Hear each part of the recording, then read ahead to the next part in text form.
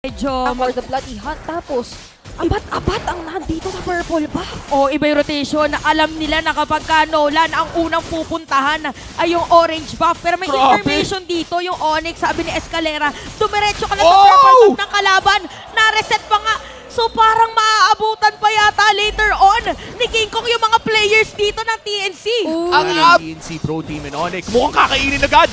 Naku, mag-face check yung sana. Sakto na naman dun yung ultimate ni Escalera. At first, parang binibait din yata dito ng Onyx na medyo mapalalim or mapatagal dito. Ayan na naman dito unas welcome. Sino nakain?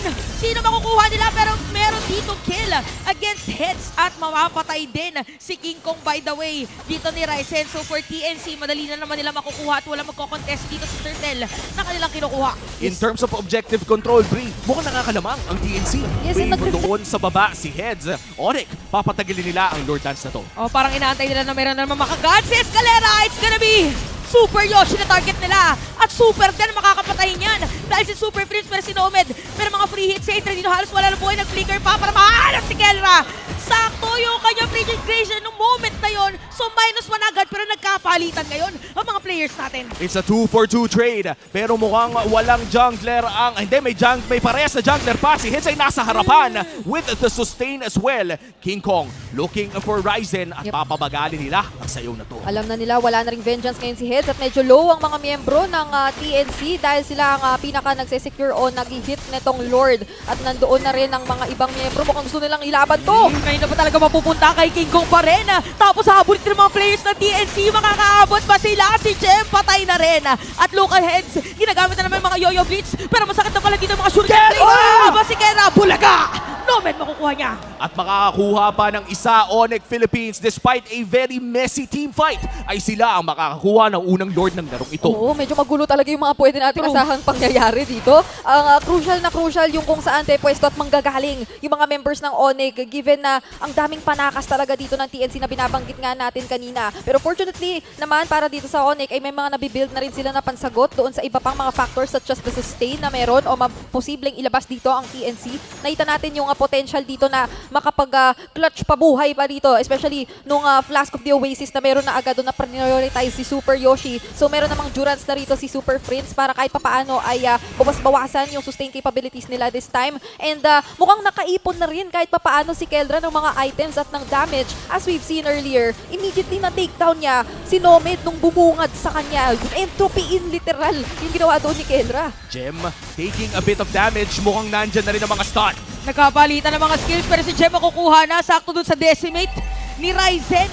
So -1 na agad ngayon para sa Onyx. Pero TNC medyo kailangan nila dumipensa at lumobo na yung kalamangan dito ng Onyx. A 2.5k gold lead para sa side ng Onyx Philippines at mukhang doon na natatapos ang kanilang first Lord push. Nasulit ba nila ito, Brigida? Mukhang nasulit talaga kasi kahit na nawala doon si Jem, ang natitira nilang outer third talaga yung nandito sa ating mid lane. At kahit nasabihin natin ganito or yung kaninang sitwasyon ay talagang parang pumapabor na sa TNC. Bulay talaga ng Circling Eagle dito ni Super Yoshi ay magiging tricky yun kapag ang sinama pa niya si Heads with the vengeance, no? So, todo ingat talaga pero sinimulan na nga yung laban! Naku, hinatid sa mga kakampi. Si Ryzen ay makapatay din sa shutdown para sa kanila. Nagkakagatan na doon sa may middle lane pero Escalera makukuha din. So, nagkapalit ng mga players ngayon. Pinaka-importante para dito sa side ng Onyx nakakuha nila si Ryzen. Pero dalawa naman ang patay dito sa side ng Onyx. No retry for TNC pero hindi ibig sabihin nun ay hindi sila lamang sa trade na yon dahil dalawa nga ang kanilang nakuha. Jem with the flicker play. But then again, it's still Onyx trying to start this Lord. Yeah, mukhang masisimulan or pipigilan naman nila kahit papaano sana yung isang bagsakang bigla ang pag-secure na lang ng Onyx ng Lord. Pero mukhang for Onyx, hindi pa rin nila tatantanan yun. Circling Eagle, si Kyle na target nila pero si King Kong nandun pa sa gilid. Hatred na, tantusan na, nahanap na nila, inantay lang na mawala yung passive, tas diretso na. Nahanap nila si Kelra and it is a 4v4 scenario. Hatred para kay Kelra. Mukhang ilalayo muna nila ang laban sa Lord. In Onyx Philippines mula sa 3k gold lead, bumaba na sa 1.6. Ang crucial pala talaga ng timing kung kailan ka mag-entropy out. Kasi ultimo yung Circling Eagle, kaya niyang pigilan yung kung kailan ka mag-teleport na sana papalayo. So isa pa yun sa mga poproblemahin ngayon ni Kelra even though meron siyang panaka supposedly with this Nathan at pumasok na naman si Super Yoshi. Grabe, nararamdaman na natin yung katapangan niya ng TNC at si Escalera. Killing spree na dito si Nomad. Ito na yung sinasabi natin, kahit mga normal lang na Phantom Step ay talagang dediretsohin na ng TNC kasi ang bilis talaga ng carry in terms of movement speed.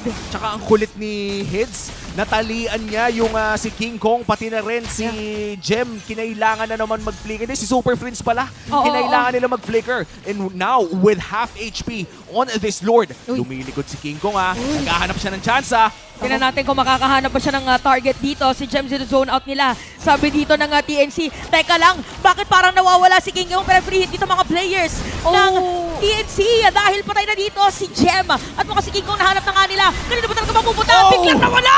Nomad double kill agad, dire-diretso lang!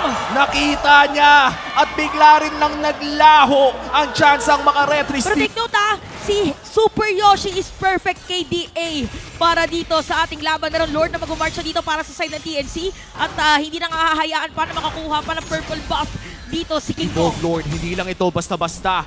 Kadalasan kung sinong makakuha nito ay siyang nananalo ng laro. It's half HP already. Super Yoshi inside of the front lines. May kinain sa baba! Naku, nagkapalitan din ng mga setup plays pero si Kelra sana ang gusto nilang kuhanin. Meron pa ditong Boyant Dance, pero nga mapatay na nga dito si Kelra. -1 agad, wala yung free hitter nila. Isama pa si Escalera na wala ng immortality. King Kong, nandun na nga rin doon sa mid lane, pero nakapag-back pa naman yung carry. It's Escalera and Gem defending against Heads. Grabe naman na ito. Yung CC nasa harapan, si Gem na pa-flicker na, pero tumalon lang. At ni-yo-yo na niya papunta sa kanyang burol. Wala na nagawa yung dinosaur. Kaya sabi ni King Kong, kailangan ko munang umalis dahil mahirap yatang ipilit na pumasok.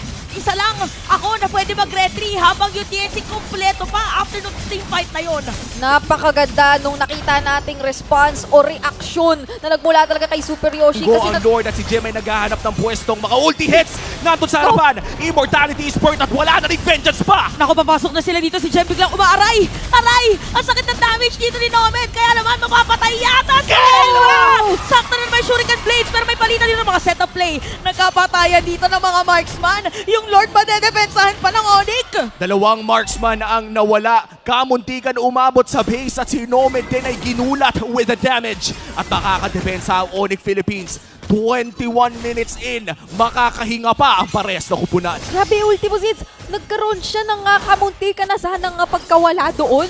Pero biglaan niyang nagawa o nagamit yung kanyang Winter Truncheon. So, yung dalawa sanang makukuhang kill doon ng Onyx, kasabay nung magandang naging depensa, naawat pa doon dahil nabuhay si Heads. So, ngayon, maging sila, ang marksman, yung pinakamaganda sana ng depensa nila, natanggal. Fortunately na lang, ay hindi na masyadong malaki yung problema nila in terms of waves. Kasi maganda yung nagiging pagkakamanage nila dito sa bottom lane. Lagi at laging nakaangat yan kanina pa. At hindi nila yan masyadong pinoproblema. Katulad na lang nitong top at nung mid lane na kasabayan nung TNC magmarcha. And the best thing here for both squads ay pareha sila merong hard pushing na lane or slow pushing na lane dahil nakuha na rin nila ang mga inhibitor turrets. Looking at the damage dealt, mukhang lamang si Nomad against Kelra this time around with the carry pick na mukhang nagiging flavor of the season natin sa gold lane. Oh, iba talaga. Tsaka lalo na paghawak siya ni Nomad, iba talaga. Yung hero. Tsaka grabe no yung laban dito ni Ryzen at tsaka ni King Kong. Alam mo may kakaibang gustong patunayan sa isa't isa. Hindi na actually sa isa't isa, pati sa mga kasama nila. So 22 minutes, 7 seconds. Ito na naman tayo, magkikita na naman tayo. Oo, kailangan... Kailangan makita na kasi natin yung damage na nagmumula rin dito kay Kelra na wala na palang sapatos. Talagang namuhunan na siya sa damage na kinakailangang maibato dito sa mga members ng TNC. Pero also, another thing, Escalera, naka-fleeting time! Na-mark na! Dapat ma-mark! Kaya naman patay dito sa kabay ni Super Friends. Ano magiging bawa ng TNC? Sabi ni Super Gem, eto pa rin yun na rin mark natin. Naihabol ko na pero meron Circling Eagle Guiding Wind na gagawin doon. Si Super Yoshi para makatakas si Hatred. Kinain ka na nga, ginawa ka pang Neopets. Naku, maganda yun for Onyx kasi nga naka-fleeting time dito si Escalera. So natanggal o nakuha nila yung kill onto Nomad. Ibig sabihin, ilang minuto, segundo na lang pala. Magkakaroon na naman siya ng Bloody Hunt na napaka-useful in this upcoming Lord na sinesecure na ng Onyx. Magko-contest pa kaya ang TNC dito? Si King Kong ay kanilang nahanap at magre-reset ng Lord. Sabi nila si Hatred ginamit na dito yung flicker niya, kaya hanapin natin. Sabi ng Onyx, abante! Kailangan natin umabante, kailangan natin kumuha ng kill, pero napakaganda paggamit nila ng Free Crazy, kaya mapipigilan na lang muna sila! At magre-reset na naman ang fight. Hindi tatama ang Iron Hook. Si Gem ay matatamaan ng kanyang abilidad dito. Si Ryzen ay mukhang hihintayin na naman ang Lord. At kakalma na rin sa wakas dahil hihintayin na lang nila si Nomad. Oo, kalma muna. Para dito sa ating dalawang kapunan. Pero grabe yung intense eh. Alam mo na, okay, wala na resources, pwede tayong kumuha. No moment na yun, delikado din talaga si Hatred. Nagamit niya yung flicker niya eh. Yes, at ngayon, nakabasag din yung mga minions ng Onyx ng isang tore or naangat na naman ng sobra yung minions nila dito sa bandang mid pero mag-e-engage. Hindi mo, nakaka-tense na yung mga circling eagle dito at mga bigla ang pasok ng TNC Talagang kahit anong gawin mo dito, nakakaba na eh. Isang mali lamang ay pwede mong mabigay ang Lord sa kalaban mo. Kaya dapat extra careful talaga. Kailangan sure naman pag pumasok ka, pasok na talaga. At ngayon, tinitimpla na naman ng TNC ang Lord pero ipag-reset na naman. Onyx Philippines, meron pa naman silang wave doon sa taas kaya pwede pa silang tumagal dito habang nag-aabang si King Kong. Ito na naman, meron na namang flicker si Escalera. Okay, kalahati na yung buhay ng Lord dito. Hinahanap yung mga dapat na hanapin. Merong passive both yung mga mages, Hatred and Super Prince. At iikot lang muna. Kakaibang pag-ikot, kakaibang sayaw na naman ang ating nakikita mula sa tahanan ng pinakamalalakas na rehiyon.